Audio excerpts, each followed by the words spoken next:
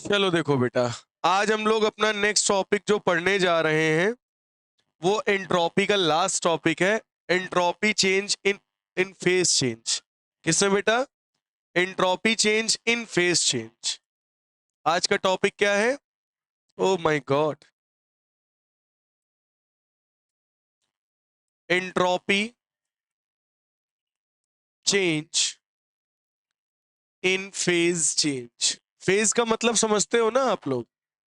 मतलब सॉलिड से liquid, liquid से गैस, उसे हम लोग कहते हैं फेज चेंज। तो जब भी फेज चेंज होता है तो उसमें एंट्रोपी कैसे चेंज होती है, इसी और एंट्रोपी का क्या फॉर्मूला लगता है, इसके बारे में इस टॉपिक में हम लोग जानेंगे। ठीक है? जैसे कि फॉर एग्जांपल, तो सबसे पहले आज हम लोग फेज चेंज में लेंगे, सबसे पहला लेंगे एंट्रोपी ऑफ फ्यूजन। क्या लेंगे बेटा? Entropy of fusion. ठीक है? तो इसको थोड़ा ध्यान से समझिएगा। एंट्रोपी ऑफ फ्यूजन, फ्यूजन का मतलब आपने सुना होगा, मेल्टिंग को कहते हैं, है ना? किसको कहते हैं? मेल्टिंग को। ठीक है? लेकिन एक बात ध्यान रखिएगा, जब एंट्रोपी ऑफ फ्यूजन निकालेंगे वो दरअसल एंट्रोपी ऑफ फ्यूजन मोलर होगी। मोलर एंट्रोपी ऑफ फ्यूजन होगी, मतलब एक मोल की कहानी हम लोग यहां पढ़ेंगे। और एक बात याद रखना, कभी भी फेज चेंज होता है, कभी भी फेज चेंज होता है जब सॉलिड से लिक्विड, लिक्विड से गैस, तो वहां पर टेम्परेचर क्या होता है? कांस्टेंट। याद है? जैसे फ्यूजन होगा, मेल्टिंग होगी, तो 0 डिग्री सेल्सियस पे मेल्टिंग चालू हो जाएगी, 0 डिग्री सेल्सियस से फ्रीजिंग भी होती है। तो टेम्परेचर क्या होता है? कांस्टेंट। और जब टेम्परेचर कांस्टेंट होता है तो उसका फॉर्मूला हम लोगों के पास है, याद है? Delta S is equal to delta Q upon T. तब ये फॉर्मूला हमारा वैलिड होता है। तो फेज चेंज में ये फॉर्मूला हमारा क्या है? वैलिड है। वैलिड है। बात समझ में आई है नहीं आई? तो एंट्रोपी ऑफ फ्यूजन का मतलब क्या है? जैसे कि फॉर एग्जांपल, हमने सॉलिड लिया, 1 मोल सॉलिड लिया और उसको कन्वर्ट कर दिया 1 मोल ऑफ लिक्विड में। ठीक है? किसमें कन्वर्ट कर दिया? तो बेटा सॉलिड को, 1 मोल ऑफ सॉलिड को 1 मोल ऑफ लिक्विड में बदलने के लिए सॉलिड ने जो भी हीट क्या की? एब्जॉर्ब की। एब्जॉर्ब की या रिलीज की? बताओ, बोलो। सॉलिड से लिक्विड में बदलने के लिए हीट को क्या करेगा? एब्जॉर्ब करेगा या हीट रिलीज करेगा? एब्जॉर्ब करेगा। मैं जैसे बर्फ है, बर्फ सराउंडिंग की हीट को एब्जॉर्ब करके लिक्विड में बदल जाती है। तो सॉलिड, 1 मोल सॉलिड 1 मोल लिक्विड में बदलने के लिए जो भी हीट को एब्जॉर्ब करेगा वो कहलाएगा एंथैल्पी ऑफ फ्यूजन। क्या कहलाएगा? Enthalpy of fusion. क्या कहलाएगा बेटा? Enthalpy of fusion. और हमारा फॉर्मूला अब क्या बन जाएगा? Delta S is equal to, अब वहां पे डेल्टा क्यू ना लिख के हम लोग लिखेंगे delta H F upon T. ये एक हमारा नया फॉर्मूला आ गया कि फेज चेंज जब होगा और उस फेज चेंजिंग में 1 मोल सॉलिड को 1 मोल लिक्विड में बदलने के लिए जो भी हीट रिक्वायर्ड होगी उसे हम कहते हैं इंथैल्पी ऑफ फ्यूजन। और आपको पता है इंथैल्पी ऑफ फ्यूजन क्या था? 1 मोल के लिए निकलता है और यहाँ 1 मोल की ही कहानी चल रही है। तो डेल्टा क्यू की जगह आप क्या पुट कर दोगे? Delta H. क्या पुट कर दोगे? Delta H. और टेम्परेचर कितना होगा बताओ बेटा? टेम्परेचर होगा मेल्टिंग पॉइंट का। टेम्परेचर क्या होगा? मेल्टिंग। तो टेम्परेचर यहां क्या रखोगे? मेल्टिंग पॉइंट वाला टेम्परेचर। कौन सा टेम्परेचर यहां रखोगे फॉर्मूले में? भाई क्योंकि यहां टेम्परेचर कांस्टेंट है, आपको भी पता है। टेम्परेचर क्या है? कांस्टेंट है ना बेटा। अगर टेम्परेचर कांस्टेंट है तो कौन सा टेम्परेचर है? मेल्टिंग पॉइंट वाला टेम्परेचर है। तो मेल्टिंग पॉइंट वाले फिक्स टेम्परेचर पर, कांस्टेंट टेम्परेचर पर 1 मोल ऑफ सॉलिड को 1 मोल ऑफ लिक्विड में बदलने के लिए जो भी हीट हमें सिस्टम को देनी पड़ेगी वो कहलाएगी इंथैल्पी ऑफ फ्यूजन। तो फॉर्मूले में डेल्टा क्यू की जगह डेल्टा एच एफ रख दोगे और टेम्परेचर की जगह टेम्परेचर ऑफ मेल्टिंग पॉइंट रख दोगे। क्या ये बात समझ में आ गई है? तो इस तरह से आप डेल्टा एस यानी फेज चेंज की इंट्रोपी चेंज निकाल सकते हो, सॉलिड से लिक्विड, लिक्विड से। अच्छा, एक और कंडीशन हो सकती है ना, एंट्रोपी ऑफ वेपराइजेशन। क्या हो सकता है? Entropy of vaporization. क्यों बेटा? एंट्रोपी ऑफ वेपराइजेशन में हम लिक्विड को किस में बदलेंगे? गैस में। और लिक्विड में गैस में लिक्विड को गैस में बदलने के लिए टेम्परेचर क्या होगा? बॉइलिंग पॉइंट वाला, fix temperature, constant temperature. Boiling point पे तो लिक्विड से गैस में बदलेगा। तो 1 मोल ऑफ लिक्विड को 1 मोल ऑफ गैस में बदलने के लिए जो भी हीट ये एब्जॉर्ब करेगा उसे कहेंगे क्या? Enthalpy of vaporization. बात समझ में आ गई? जिसको हम लोग डेल्टा एच वी कहेंगे। तो हमारा फॉर्मूला क्या बनेगा चेंज इन एंट्रोपी का? बोलो जल्दी से। Delta S is equal to delta H V upon temperature of boiling point. बात समझ में आई है नहीं आई? तो फेज चेंज के लिए इस तरह से आप एंट्रोपी चेंज निकाल सकते हो। क्लियर हुआ या नहीं हुआ? समझ में आ गया? बहुत बढ़िया, नोट कर लीजिए।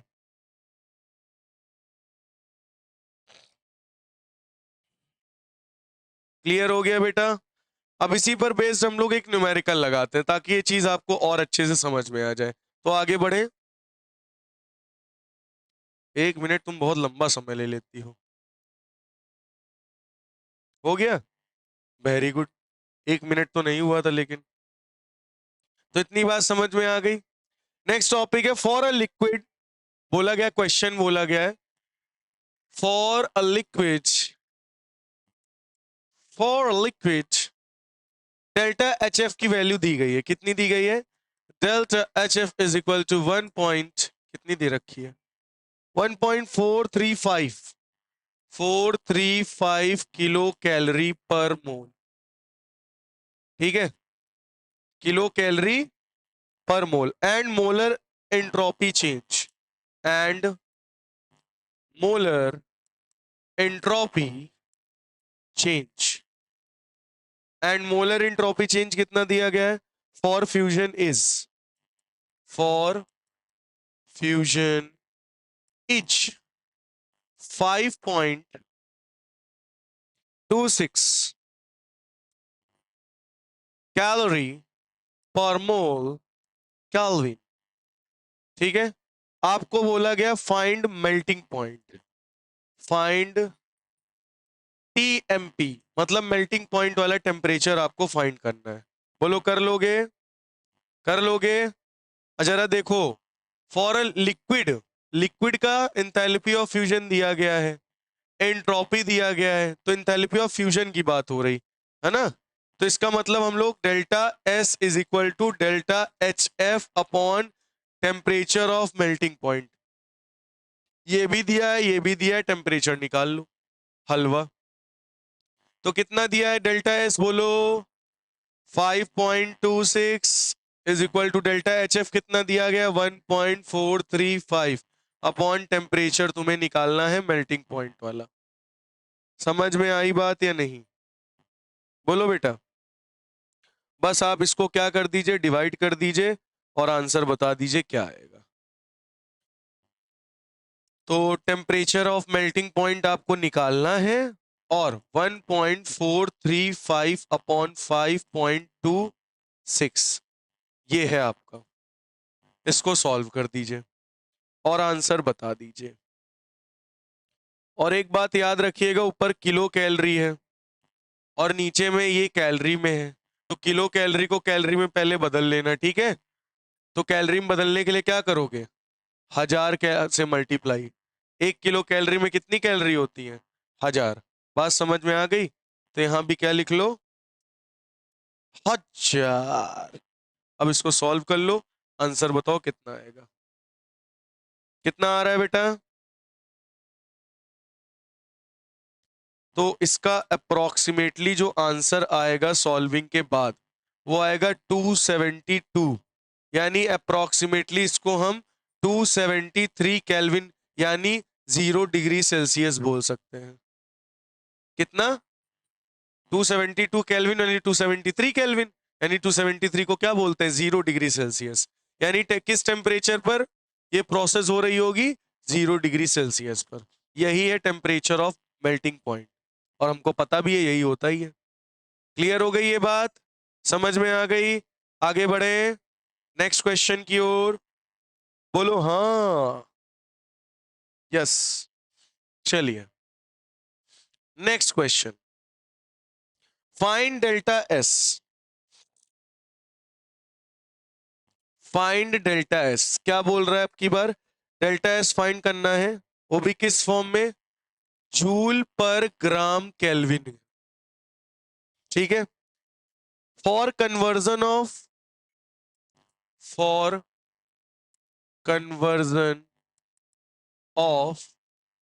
1 gram of ice, 1 gram of ice to water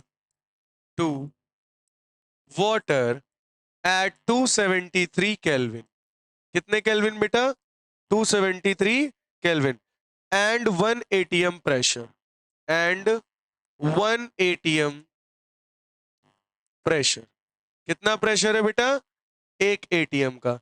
If enthalpy of fusion, if enthalpy of fusion, और बोला गया enthalpy of fusion कितना है? 6.025 जूल पर मोल केल्विन, किलो जूल पर मोल केल्विन. कितना है? किलो जूल पर मोल केल्विन. चलिए आपको डेल्टा एस निकालना है, जल्दी से निकालिए. लगा लेंगे. एंथैल्पी ऑफ फ्यूजन फिर से वही कहानी की बात हो रही है, बट अब की बार ग्राम में आपको निकालना है. ठीक है, फॉर्मूला क्या लगेगा बोलो? Delta S is equal to enthalpy of fusion upon temperature of melting point. समझ रहे हो? चलो लगाओ. टेम्परेचर कितना दिया गया है? डेल्टा एच एफ कितना दिया गया है? Delta H F enthalpy of fusion 6.025 upon temperature है 273 केल्विन. और बेटा किलो जूल में, किलो जूल में को जूल में बदल कर लो. 1 किलो जूल में कितने जूल? मल्टीप्लाई कर दो. बात समझ में आ गई है नहीं? बोलो, क्लियर हो गया? अब आपको निकाल लेना है. ये 1 मोल की एंथैल्पी निकलेगी, लेकिन आपको किस में निकालना है? ग्राम में. ठीक है, तो इसको सॉल्व करने के बाद आपका जो भी आंसर आ रहा होगा वो 1 मोल आ रहा होगा. कितना आ रहा होगा? और ये बताओ 1 मोल वाटर में, वाटर का कितना मोल है? 1 मोल वाटर का ये आंसर आ रहा होगा. ठीक है, तो पॉइंट हटाओगे, नीचे कितने जीरो बढ़ाओगे? 2 3, 3 जीरो बढ़ाओगे. 3 जीरो से 3 जीरो क्या हो जाएंगे? कैंसिल. यानी 6025 अपॉन 273 कितना आ रहा?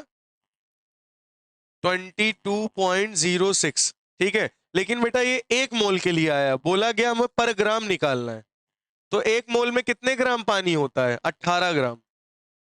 18 ग्राम वाटर होता है कि नहीं 1 मोल में? नहीं. 1 मोल ऑफ वाटर, हाइड्रोजन का मास 1 इंटू 2, ऑक्सीजन का 16, 16 प्लस 2 18 ग्राम. ये पता है कि नहीं पता? 1 इंटू 2, इसका मास 1, कितने एटम? 2, प्लस ऑक्सीजन का मास 16, कितने एटम? 1. टोटल 2 16 यानी 18 ग्राम. होता है कि नहीं? तो अगर 18 ग्राम में 22.06 एंट्रोपी आई है, तो 1 ग्राम में कितनी आएगी? 1 ग्राम पानी में. तो 22.06 डिवाइडेड बाई 18. बस इसको सॉल्व कर दो, आपका आंसर आ जाएगा 1 ग्राम के लिए. कितना आएगा? कितना आएगा बेटा 1 ग्राम के लिए? 22.06 डिवाइडेड बाई 18. पॉइंट हटा लो, इसका आंसर आएगा 1.22. तो ये आ गया आपका फाइनल आंसर. 1 ग्राम पानी के एंट्रोपी क्या होगी? 1.22. क्लियर हो गया या नहीं हो गया? क्लियर हो गया. ये था एंथैल्पी एंट्रोपी ऑफ फ्यूजन. तो बोलो अब क्वेश्चन इसके समझ में आ गए होंगे, है ना? हाँ, ये आया है जूल पर ग्राम केल्विन. किलो जूल को मैंने जूल में ऊपर ही बदल दिया था. तो बेटा अब यहां पे होती है एंट्रोपी की कहानी खत्म. मैंने आपको ब्रीफली एकदम हर एक चीज एंट्रोपी के बारे में बता दिया है. चाहे वो कोई प्रोसेस हो, चाहे एडियाबैटिक हो, चाहे आइसोकोरिक हो, चाहे आइसोबैरिक हो, चाहे आइसोथर्मल हो, एक एक चीज, सिस्टम, सराउंडिंग, और यूनिवर्स की पूरी, मैंने ये सारी चीजें आपको बता दी हैं। लेकिन अभी तक हमारा निर्णय क्या निकला, रिजल्ट क्या निकला? हमें मेनली कहानी क्या चली आ रही, कहानी आ रही कि कोई प्रोसेस स्पॉन्टेनियस है या नॉन स्पॉन्टेनियस है। ये पता करने के लिए हमने इंथैल्पी का यूज किया। वो हमें क्लियरली नहीं बता पा रहा है कि प्रोसेस स्पॉन्टेनियस है नॉन स्पॉन्टेनियस। पहले हम लोगों ने डेल्टा एच की वैल्यू नेगेटिव ली, तो उसमें बताया स्पॉन्टेनियस।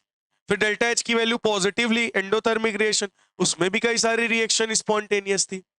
मैंने कहा चलो इसको हटाओ, नया वेरिएबल लो, एंट्रोपी लिया।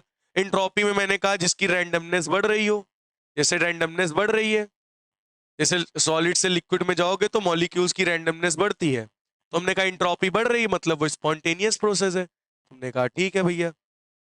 उसके बाद मतलब डेल्टा एस पॉजिटिव है तो स्पॉन्टेनियस, लेकिन डेल्टा एस नेगेटिव पे भी कहीं कहीं पे क्या हो रहा था, जैसे लिक्विफिकेशन में हमने देखा था ना कि लिक्विड सॉलिड में बदलता था तो रैंडमनेस कम होती थी, लेकिन वो स्पॉन्टेनियस प्रोसेस होती थी। तो हमें डेल्टा एस भी क्लियरली नहीं बता पा रहा था कि कौन सी प्रोसेस स्पॉन्टेनियस है कौन सी नॉन स्पॉन्टेनियस है, और ना डेल्टा एस सही से बता पा रहा था। दोनों फाइट कर रहे थे। तो आज हम लोग नई कहानी चालू करेंगे गिब्स के बारे में, गिब्स फ्री एनर्जी। और भाई साहब वो आपको क्लियरली बता देगा कि कौन सी प्रोसेस स्पॉन्टेनियस है और कौन सी प्रोसेस नॉन स्पॉन्टेनियस है। मैंने बोला था ना लास्ट में एक आएगा हीरो जो बता देगा कि कौन सी प्रोसेस स्पॉन्टेनियस अपने आप होगी और कौन सी अपने आप नहीं होगी। तो वही टॉपिक आज हम लोग चालू करेंगे। क्या है टॉपिक का नेम? Gibbs free energy. ठीक है, तो बेटा टॉपिक का नाम क्या है? Gibbs free energy. कौन सी फ्री एनर्जी? गिब्स। ये हम लोग का लास्ट अपना यही हीरो है जो कि बताएगा हमें कि कौन सी प्रोसेस स्पॉन्टेनियस है और कौन सी प्रोसेस स्पॉन्टेनियस नहीं है। इसके बारे में हमें गिब्स फ्री एनर्जी बताएगा। ठीक है, कौन बताएगा? तो गिब्स फ्री एनर्जी हमें स्पॉन्टेनिटी के बारे में बताता है। किसके बारे में? स्पॉन्टेनिटी के बारे में बताता है कि कोई प्रोसेस स्पॉन्टेनियस है या स्पॉन्टेनियस नहीं है। उसके बारे में कौन बताता है? हाँ। तो इसको पढ़ने से पहले मैं जल्दी से छोटा सा रिकैप करा देता हूं आपको। जैसे पहला हम लोग क्या पढ़े थे, अगर कोई प्रोसेस स्पॉन्टेनियस है या नहीं है, इसको पता करने के लिए पहला कौन सा वेरिएबल हम लोगों ने उठाया था? एंथैल्पी उठाई थी, याद है? एंथैल्पी। तो एंथैल्पी में क्या पढ़ा था हम लोगों ने कि अगर डेल्टा एच की वैल्यू नेगेटिव होती है, इसका मतलब वो रिएक्शन एक्सोथर्मिक होगी, मतलब वहां पे हीट रिलीज हो रही होगी। और जब भी कोई अपनी हीट रिलीज कर देता है तो वो क्या हो जाता है? रिलैक्स और स्टेबल। कोई भी कंपाउंड हो अपनी एनर्जी को रिलीज करके क्या हो जाता है? स्टेबल हो जाता है। तो मैंने कहा अगर कोई भी कंपाउंड जैसे ए से बी बन रहा है, क्या बन रहा है बेटा? ए से बी रिएक्शन हुई और उसमें एनर्जी क्या हो रही है? रिलीज हो रही है। तो वो कंपाउंड ज्यादा से ज्यादा क्या हो जाएगा? स्टेबल हो जाएगा। और वो प्रोसेस को हमने बोल दिया कि वो प्रोसेस क्या है? स्पॉन्टेनियस। क्या है? स्पॉन्टेनियस है। हमने बोल दिया कि भैया वो प्रोसेस क्या है? स्पॉन्टेनियस है। नहीं समझे? जैसे कि मान लो इसकी 100 जूल एनर्जी है, इसमें कितनी है? 100 जूल। अब ये ए से किस में बदल गया? बी में, और इसकी एनर्जी हो गई 80 जूल, और 20 जूल एनर्जी क्या हो गई? बाहर रिलीज हो गई। तो ये स्टेबल हो गया। एनर्जी कम हो गई तो क्या हो गया? स्टेबल। और ये रिएक्शन अपने आप हो रही होगी। तो मैंने पहले ही देख के कह दिया कि डेल्टा एच नेगेटिव है, तो इसका मतलब स्पॉन्टेनियस प्रोसेस हो रही है ना? भाई कोई भी चीज हो, जैसे हम ही लोग हैं, हम लोग के अंदर बहुत ज्यादा एनर्जी भरी होती है तो हम लोग इधर उधर कूदा फांदा करते हैं। लेकिन जब हमारे अंदर एनर्जी कम होती है तो थकार के बैठ जाते हैं और सो जाते हैं, स्टेबल हो जाते हैं, रिलैक्स हो जाते हैं, है ना? तो ये अपने आप हुआ, ये प्रोसेस अपने आप हुई, थकावट, है ना? तो मतलब कहने का मतलब ये है कि जो प्रोसेस एक्सोथर्मिक है वो क्या है? स्पॉन्टेनियस, जिसका डेल्टा एच नेगेटिव होगा। फिर बाद में हमको क्या देखने को मिला? इसका ड्रॉबैक। ड्रॉबैक, ड्रॉबैक क्या देखने को मिला? हमें कहीं कहीं पर डेल्टा एच पॉजिटिव मिल रहा था, मतलब एंडोथर्मिक रिएक्शन हो रही थी, रिएक्शन की हीट एब्जॉर्ब हो रही थी। रिएक्शन में क्या हो रहा था बेटा? हीट एब्जॉर्ब हो रही थी, और एब्जॉर्ब होने के बाद भी वो प्रोसेस क्या हो रही थी, स्पॉन्टेनियस हो रही थी, अपने आप हो रही थी। बात समझ में आ रही है? तो मैंने देखा कि भैया कहीं कहीं पर हीट एब्जॉर्ब करके भी वो एब्जॉर्ब हो रही है और वो रिएक्शन अपने आप हो रही है। एंडोथर्मिक रिएक्शन है, डेल्टा एच पॉजिटिव है, फिर भी अपने आप हो रही है। तो डेल्टा एच निगेटिव पे भी हमको क्या मिला, स्पॉन्टेनियस प्रोसेस मिली। और बहुत सारी reaction delta H positive pay भी स्पॉन्टेनियस रिएक्शन शो कर रही थी, नेगेटिव पे भी शो कर रही थी। तो हमको क्या लगा कि भैया ये 100% करेक्ट तरीका, 100% करेक्ट करेक्ट नहीं है ना? देख तो रहे हो, डेल्टा एच निगेटिव पे भी मिल रहा है, डेल्टा एच पॉजिटिव मिल रहा है। तो हमने कहा चलो इस टर्म को हटा दो। अब हम लोग ले आते हैं दूसरा टर्म, एंट्रोपी। क्या ले आते हैं? और एंट्रोपी किस चीज को चेक करता था? रैंडमनेस को। किसको बेटा? मैंने देखा कि भाई इन्वायरमेंट में जो भी चीजें हैं वो ऑर्गेनाइज मैनर में कम रहने की कोशिश करती हैं, डिसऑर्गेनाइज मैनर में रहने की कोशिश करती हैं। मतलब रैंडम की, मतलब रैंडमनेस फॉलो करती हैं। समझ रहे हो? मतलब कोई भी चीज हो वो एकदम ऑर्गेनाइज रहना नहीं चाहती, वो चाहती है कि बस मैं फैल जाऊं, डिसऑर्गेनाइज अनऑर्गेनाइज मैनर में रहना चाहती है। जैसे कि हम लोग का कमरा, चाहे जितना भाई सही करना होता है, हर एक चीज एक एक जगह रखनी होती है, वो बहुत डिफिकल्ट होता है। लेकिन फैलाना होता है, अरे जब स्कूल से आए तो जूता उतारे हैं या जूता फेंका उधर गया, बैग उधर गया, ठीक है, तो वो बड़ा आसान रहता है। और हर एक चीज नेचर में भी रैंडमनेस, रैंडम के साथ रहना चाहती है। ठीक है, तो हमने क्या देखा कि नेचर जो है हमारा, इसमें जो भी रिएक्शंस हो रही हैं, जब उनकी रैंडमनेस बढ़ रही है मतलब वो रिएक्शन अपने आप हो रही है। जो रिएक्शन अपने आप हो रही है उनकी रैंडमनेस क्या हो रही, मॉलिक्यूल्स की बढ़ रही। जैसे सॉलिड है, सॉलिड लिक्विड में बदला, अब सॉलिड के मॉलिक्यूल्स जो होंगे उनकी रैंडमनेस कम होगी। लेकिन वही आइस को तुम निकालो बाहर रख दो, अब वो आइस क्या करेगा, हीट एब्जॉर्ब करेगा और लिक्विड बदलेगा। अब लिक्विड के मॉलिक्यूल्स की रैंडमनेस क्या होगी, ज्यादा होगी। तो रैंडमनेस बढ़ी तो हमने कहा भैया रैंडमनेस क्या है, ग्रेटर देन जीरो। एंट्रोपी जब ग्रेटर देन जीरो तो हम लोगों ने बोल दिया कि भैया वो प्रोसेस क्या होगी, स्पॉन्टेनियस होगी। हम लोगों ने कहा चलो ठीक है, अगर रैंडमनेस बढ़ रही है, डिसऑर्डर बढ़ रहा है, डेल्टा एस की वैल्यू पॉजिटिव है, तो मैंने बोल दिया कि वो रिएक्शन क्या होगी, वो प्रोसेस क्या होगी, स्पॉन्टेनियस। फिर मैंने देखा ये भी क्या हो गया, इसका ये भी 100% करेक्ट नहीं हुआ, ये भी फेल हो गया। ये भी करेक्ट नहीं हुआ, ये भी क्या हो गया, फेल हो गया। क्योंकि हमने देखा कहीं कहीं पर एंट्रोपी क्या थी, लेस देन जीरो, और फिर भी वो रिएक्शन अपने आप हो रही थी। और मैंने देखा ये दोनों एक दूसरे से लड़ रहे हैं। तो एक नया एलिमेंट हमारे, एक नया वेरिएबल हमारे पास आ गया, गिब्स फ्री एनर्जी। और अब हमें यह बताएगा कि प्रोसेस स्पॉन्टेनियस है या नहीं। कुछ समझ में आया फाइनली? तो आज हम लोग क्या पढ़ने जा रहे हैं, गिब्स फ्री एनर्जी के बारे में। किसके बारे में बेटा, गिब्स फ्री एनर्जी, जिसका गिब्स फ्री एनर्जी का फॉर्मूला डायरेक्ट आपके पास आ जाता है। गिब्स फ्री एनर्जी क्या होता है बेटा formula, G is equal to H minus T S. इसका क्या मतलब है, G है गिब्स फ्री एनर्जी, H है आपकी, आपको पता होगा क्या है, एंथैल्पी। H क्या है बेटा, T क्या है, टेम्परेचर, और S क्या है, एंट्रोपी। क्या है बेटा, एंट्रोपी। और डेल्टा G क्या है, G क्या है, गिब्स फ्री एनर्जी। क्या है बेटा, गिब्स फ्री एनर्जी। और ये टेम्परेचर याद रखना, टेम्परेचर आपको किस में रखना होगा, केल्विन में। आपको तो पता ही होगा न्यूमेरिकल में हम लोग टेम्परेचर किस में पुट करते हैं बेटा, केल्विन में। तो इतनी बात समझ में आ गई। लेकिन एक बात समझो कि H हमारा क्या है, स्टेट फंक्शन, S भी हमारा क्या है, स्टेट फंक्शन, तो G भी हमारा कौन सा फंक्शन है, स्टेट फंक्शन।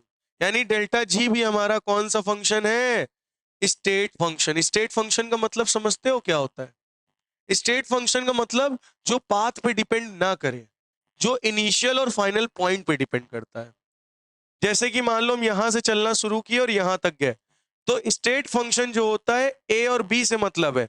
अब ए से बी चाहे यहां से आओ चाहे यहां से होके आओ, हमको कोई मतलब नहीं। चाहे तुम इधर से होके आओ चाहे इधर से होके आओ चाहे इधर से होके आओ, डेल्टा जी की वैल्यू सेम रहेगी, क्योंकि ये स्टेट फंक्शन है, इनिशियल और फाइनल पॉइंट पे डिपेंड करता है। किस पे डिपेंड करता है? डेल्टा जी का मतलब क्या हुआ? Final gives free energy minus initial gives free energy. समझ में आई बात? और डेल्टा जी जो होता है वो साइक्लिक प्रोसेस में जीरो होता है। पूछो क्यों? क्योंकि भैया ये ए पॉइंट है, आप इधर गए इधर गए इधर गए इधर गए, वापस यहीं चले आए बी पॉइंट। अब जरा देखो, साइक्लिक प्रोसेस में जहां से चालू किया था वहीं तो आ जाओगे, तो इसका इनिशियल पॉइंट भी वही, फाइनल पॉइंट भी वही, डेल्टा जी साइक्लिक की वैल्यू क्या होगी? जीरो। इसी तरह डेल्टा एस साइक्लिक का भी जीरो, डेल्टा एस साइक्लिक का भी जीरो। तो साइक्लिक प्रोसेस में स्टेट फंक्शंस जो होते हैं उनकी आंसर क्या होता है? हमेशा जीरो। क्या होता है बेटा? बोलो, बात समझ में आई कि नहीं आई? तो डेल्टा जी भी आपका एक स्टेट फंक्शन है। क्या है बेटा? State function. बात समझ में आई? तो जैसे हम लोगों ने पढ़ा था, एच की कोई वैल्यू नहीं थी, एस की कोई वैल्यू नहीं थी, इसी तरह यहां पे जी की भी कोई वैल्यू नहीं है। जी का कोई भी सिग्निफिकेंस नहीं है, कोई भी इंपॉर्टेंस नहीं है। तो इंपॉर्टेंस है किसकी? इंपॉर्टेंस है डेल्टा जी। हम लोग गिब्स फ्री एनर्जी नहीं निकाल सकते, इसकी जी की कोई महत्ता नहीं है। महत्ता किसकी है? डेल्टा जी की है, चेंज इन गिब्स एनर्जी। तो इसको क्या लिखेंगे? Delta H minus delta T S, क्योंकि टेम्परेचर भी चेंज हो सकता है, एंट्रोपी भी चेंज हो सकती है। बात समझ में आई? लेकिन आपको पता है कि हमारी मोस्ट ऑफ द रिएक्शन क्या होती है? इफ रिएक्शन अकर्स या process occurs at constant pressure and constant temperature, most of the processes हमारी क्या होती हैं? Constant pressure and constant temperature पर। तब हमारी गिब्स फ्री एनर्जी की वैल्यू क्या होती है? Delta H. अच्छा, आप देख पा रहे हो टी कांस्टेंट है तो बाहर आ जाएगा, टी को बाहर ले लो, अंदर क्या बचा? Delta S. तो ये हमारी मेन इक्वेशन निकल के आ गई, delta G is equal to delta H minus T into delta S.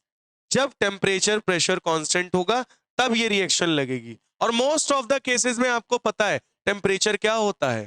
Constant ही होता है। तो मोस्ट ऑफ द केसेस में यही रिएक्शन लगेगी, यही इक्वेशन लगेगी, ये बहुत कम यूज होगी। बात समझ में आ गई? क्लियर हो गया? तो इसी को कहते हैं बेटा गिब्स हेल्महोल्ट्ज फंक्शन।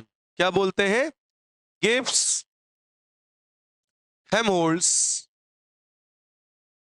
फंक्शन। क्या बोलते हैं? Gibbs Helmholtz function. तो इसको बेटा नोट कर लीजिए सभी बच्चे, फिर आगे बढ़े हम लोग। तो ये बेटा नोट हो गया है। जी का कोई भी सिग्निफिकेंस नहीं, डेल्टा जी का होता है। हम लोग चेंज इन गिब्स एनर्जी निकालते हैं।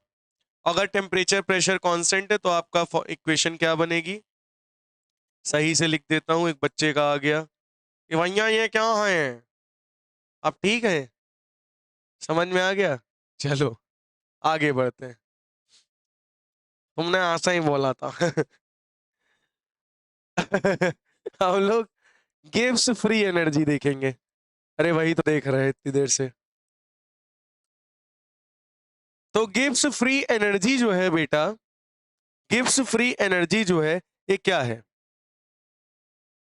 ये change in Gibbs free energy है, ये गिब्स फ्री एनर्जी नहीं है, ये change in Gibbs free energy है। क्या है ये? Change in Gibbs free energy. ठीक है, क्या है ये? Change in Gibbs free energy. इसका मतलब क्या होता है? ध्यान से समझना। जैसे मान लो डेल्टा जी है, ठीक है, negative of useful negative of useful of work,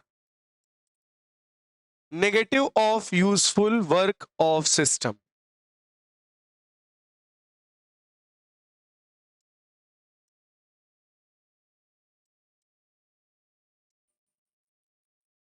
ठीक है, negative of useful work of system. बात समझ में आ गई है नहीं? एक मिनट, अभी कहां समझ में आएगा? अभी तो मैंने इसको बताया ही नहीं। इसका मतलब क्या है पहले इतना नोट करो, फिर मैं मतलब समझा रहा हूं। इसको पहले नोट करो फिर मैं बताऊं। ये नोट हो गया? ध्यान से सुनो।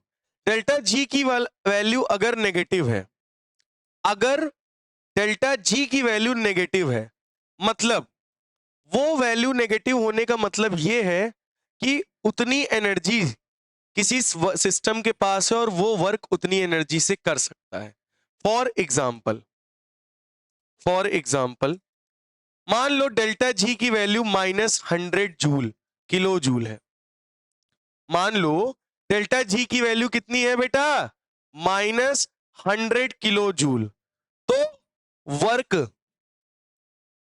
उसके द्वारा, इस एनर्जी के द्वारा कोई सिस्टम जो है वो यूजफुल वर्क कर सकता है +100 किलो जूल का। नहीं समझे? अगर डेल्टा जी की वैल्यू नेगेटिव है, ठीक है, इसका मतलब क्या है? इसका मतलब यह है कि जैसे मान लो डेल्टा जी की वैल्यू -100 किलो जूल है, तो इसका मतलब कोई भी सिस्टम जो है वो 100 किलो जूल का वर्क डन कर सकता है। 100 जूल का वर्क डन क्या कर सकता है? 100 जूल का वर्क डन कर सकता है, मतलब वर्क डन क्या होगा? पॉजिटिव, मतलब वो यूजफुल वर्क कर सकता है। कितने किलो जूल का? 100 किलो जूल का। मतलब समझो, जैसे मैंने कहा तुम्हारे पास 100 करोड़ मतलब 1 लाख रुपए हैं, जैसे ये तुम हो, ठीक है, तो मैंने कहा तुम्हारे पास, तुम्हारे डेल्टा जी की वैल्यू क्या है?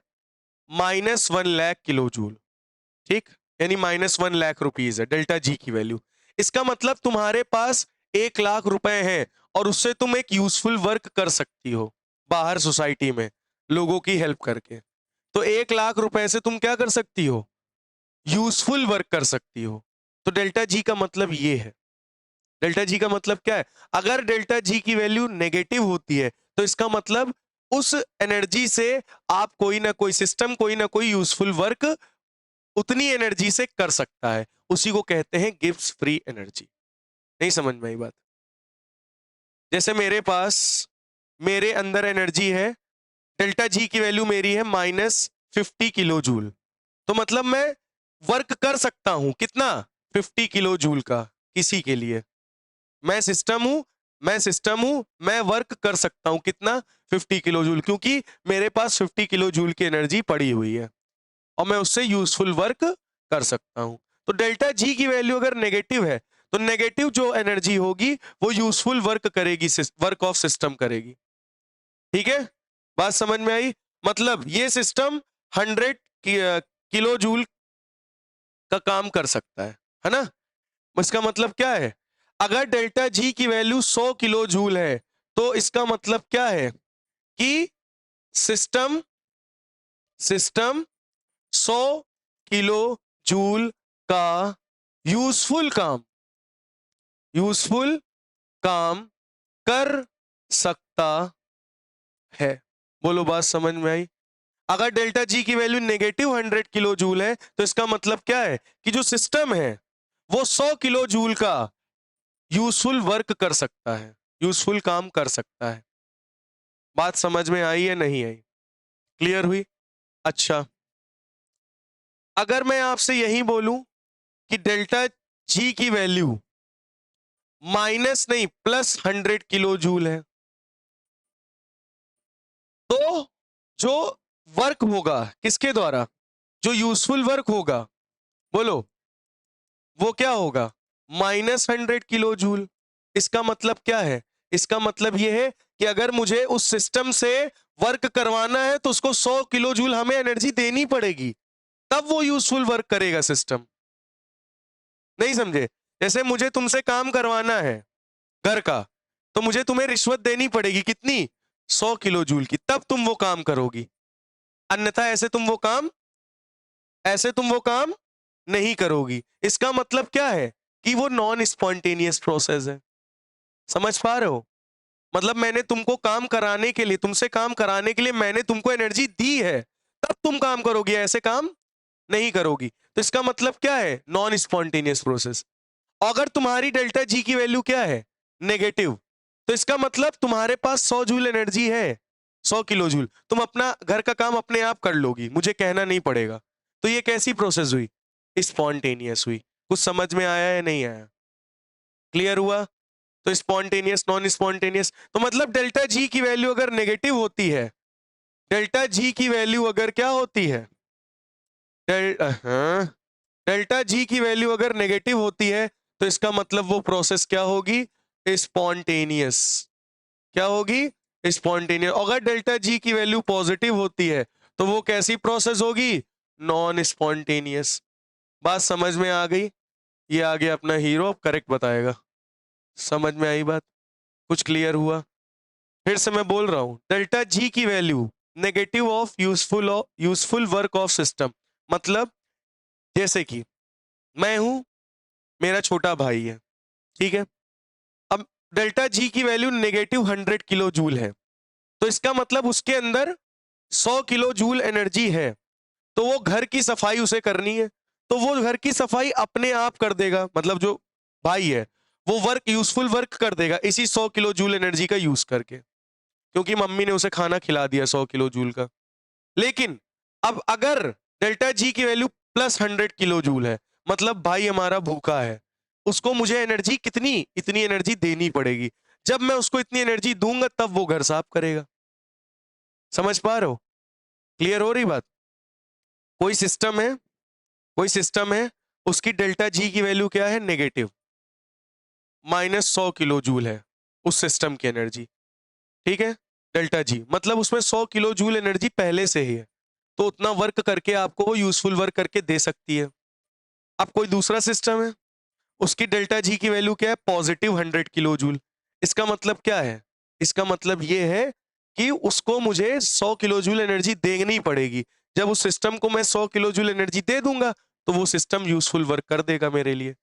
तो जो इसको एनर्जी देनी पड़ेगी तब करेगा, मतलब नॉन स्पॉन्टेनियस। और इसके पास ऑलरेडी 100 किलो जूल एनर्जी है, तो वो वर्क करना चालू कर देगा अपना, मतलब ये स्पॉन्टेनियस है, अपने आप काम कर रहा है।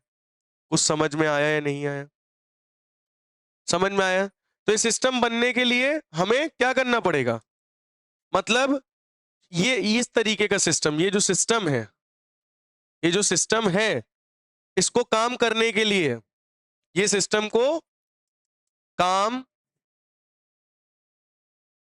कराने के लिए हमें 100 किलो जूल एनर्जी देनी पड़ेगी। बात समझ में आई या नहीं आई? क्लियर हो गया? मतलब ये मांग रहा है 100 किलो जूल, लाओ मुझे, मैं काम तभी करूंगा, अन्यथा नहीं करूंगा। क्लियर हो गई बात? समझ में आई? तो अगर डेल्टा जी की वैल्यू नेगेटिव होती है, मतलब वो प्रोसेस में पहले से ही एनर्जी होगी और वो अपने आप वर्क हो जाएगा, मतलब वो स्पॉन्टेनियस। अगर डेल्टा जी की वैल्यू पॉजिटिव है, इसका मतलब उसके पास एनर्जी नहीं है, उसको हमें एनर्जी उसको हमें एनर्जी देनी पड़ेगी, और देनी पड़ेगी तब वो होगी, इसका मतलब वो क्या है? Non spontaneous. तो अब क्लियर हो गया, डेल्टा जी की वैल्यू नेगेटिव तो स्पॉन्टेनियस, डेल्टा जी की वैल्यू पॉजिटिव तो बहुत बढ़िया, नोट कर लीजिए।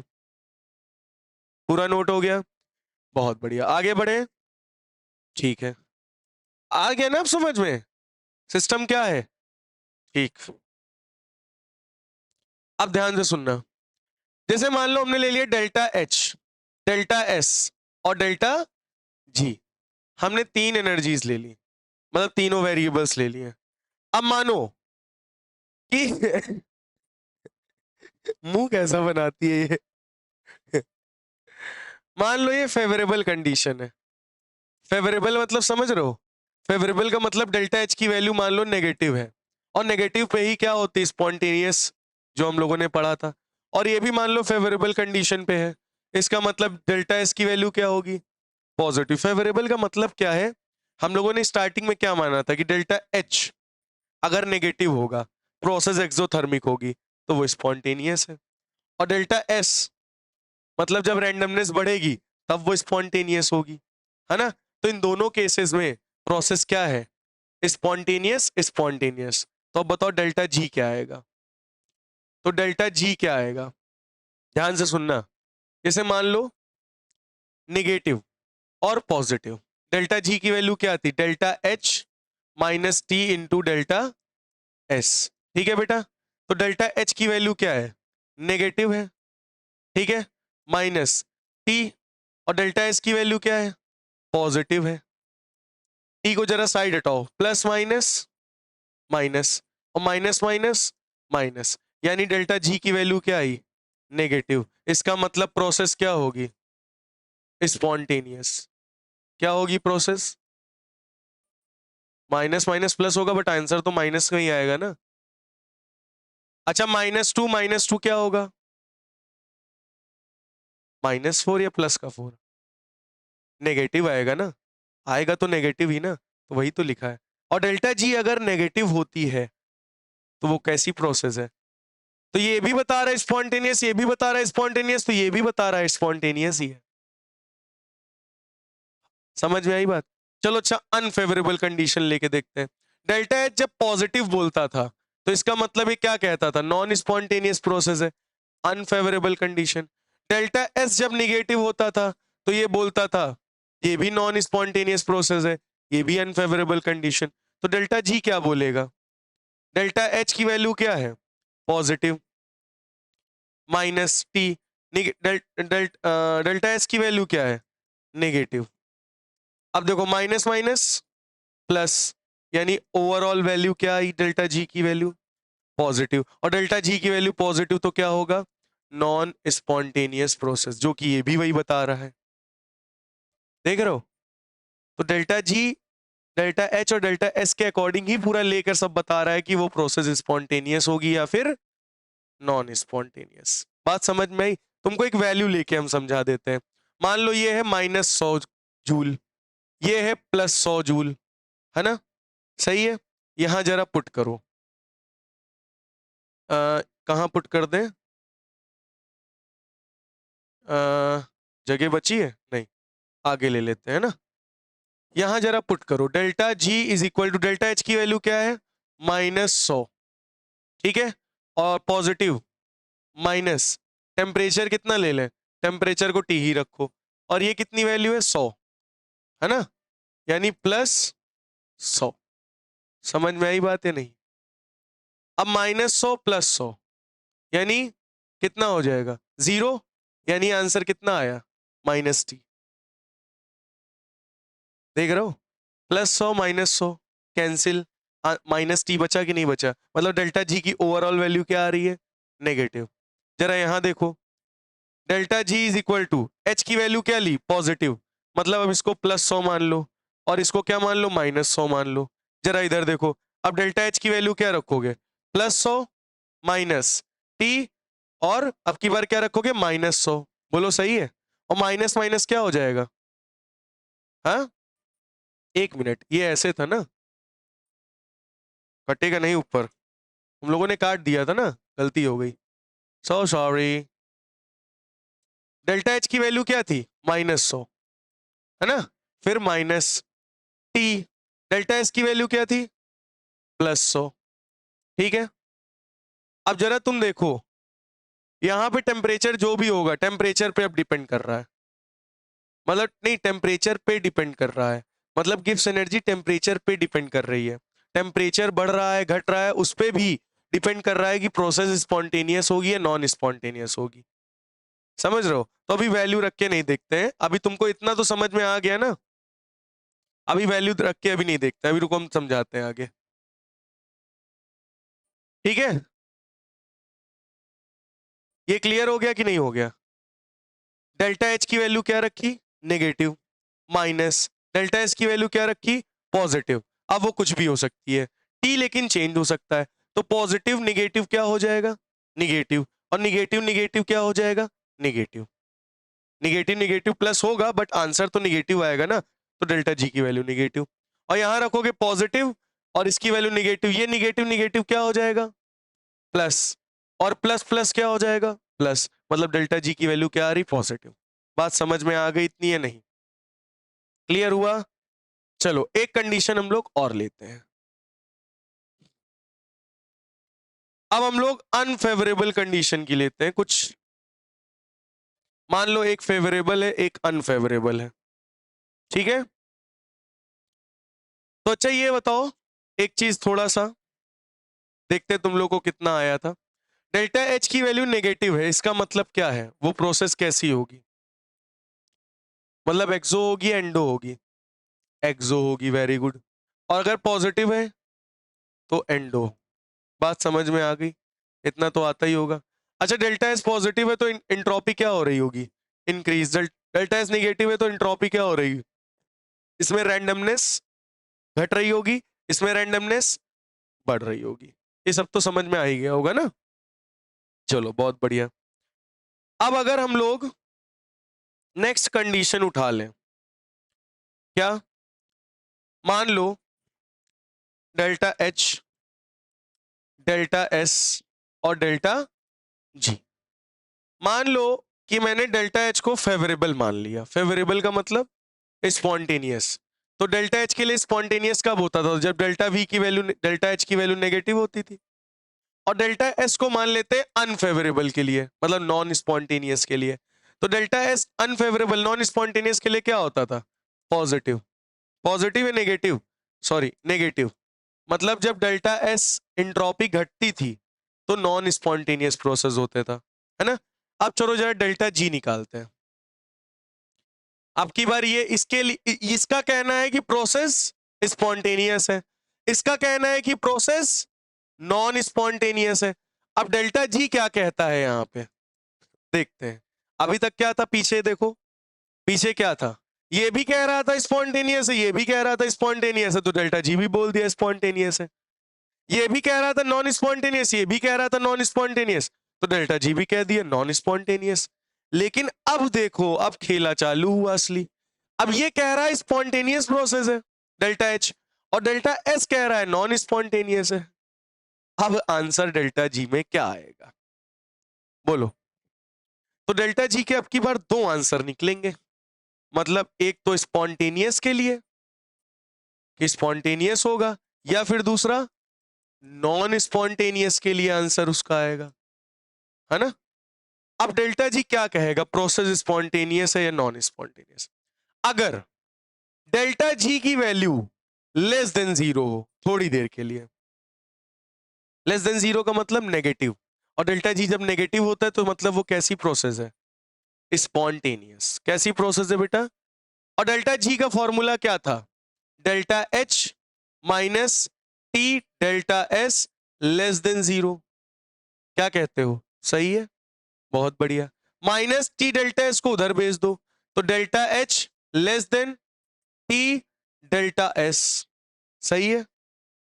डेल्टा एस को नीचे भेज दो, यानी delta H upon delta S less than T. मतलब अगर temperature delta H by delta S के रेशियो से ज्यादा होगा, गिब्स एनर्जी क्या कह रहा है?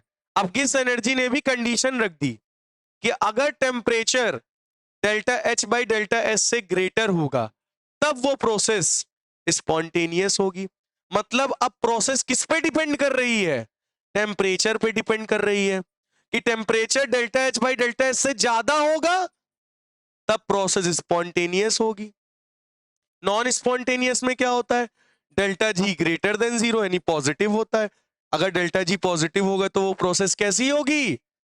Non spontaneous. इसका मतलब delta H minus T delta S greater than zero, यानी माइनस का इसको उधर भेज दो, delta H greater than T delta S, यानी delta H upon delta S less than T.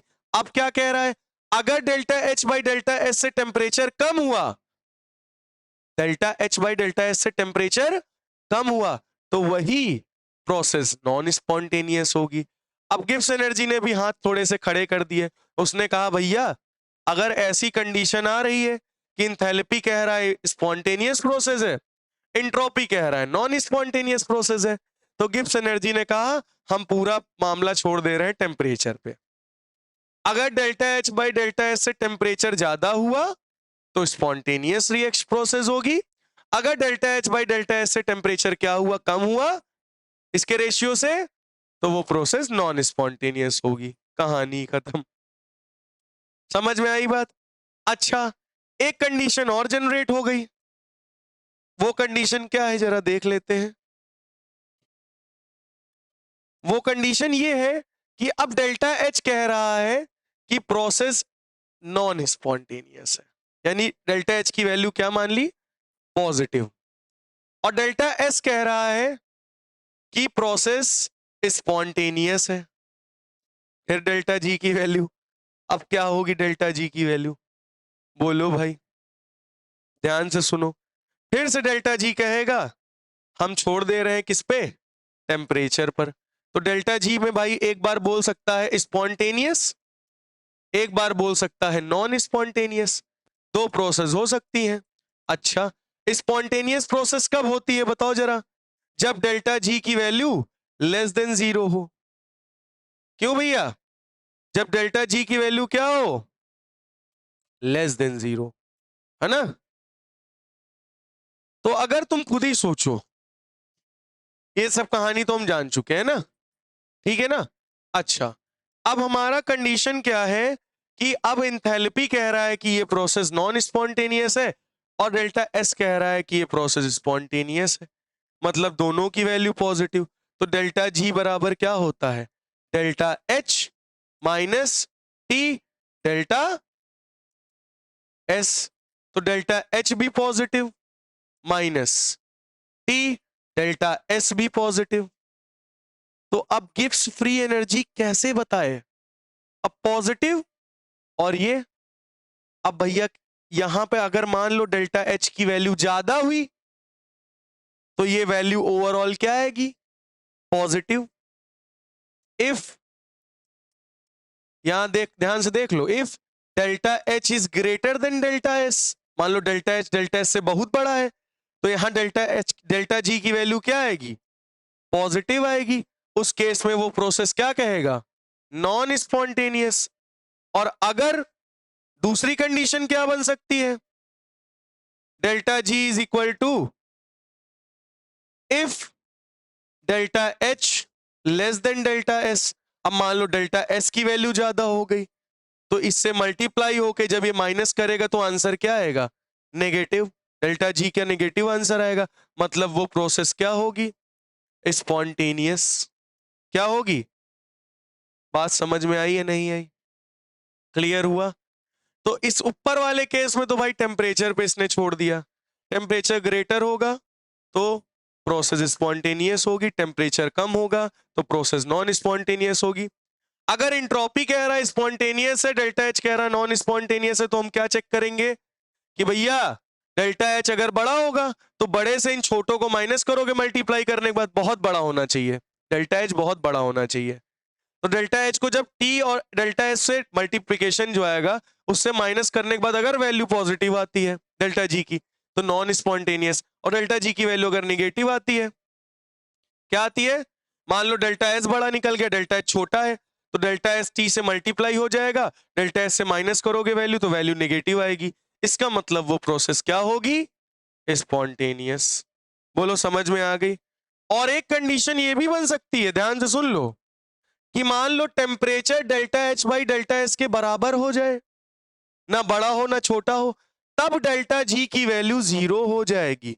और जब डेल्टा जी की वैल्यू जीरो हो जाएगी तो वो कंडीशन क्या कहलाएगी, इक्विलिब्रियम की कंडीशन कहलाएगी। कौन सी कंडीशन कहलाएगी?